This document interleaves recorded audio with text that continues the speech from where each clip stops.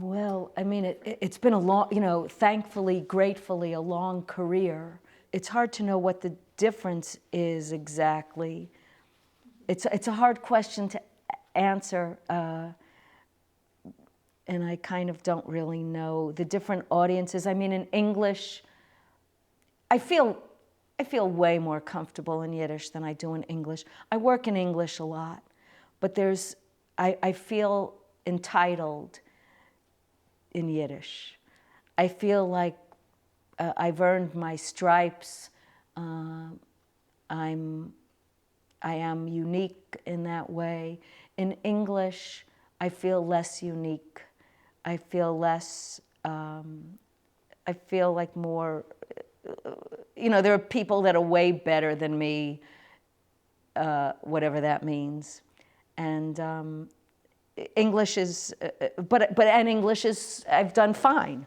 But I'm never as comfortable as I am in Yiddish, which is too bad because most people don't speak Yiddish. And of course, I always wanted my career to be in English, not in Yiddish.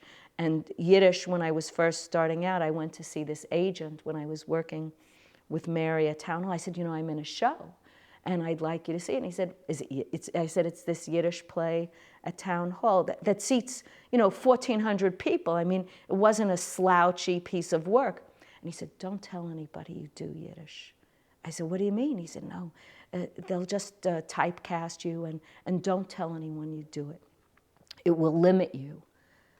And I took his advice, and I spent many years as a closeted Yiddishist, as though I was turning tricks at night or something horrible. I worked in secret. So it was a funny, not really, but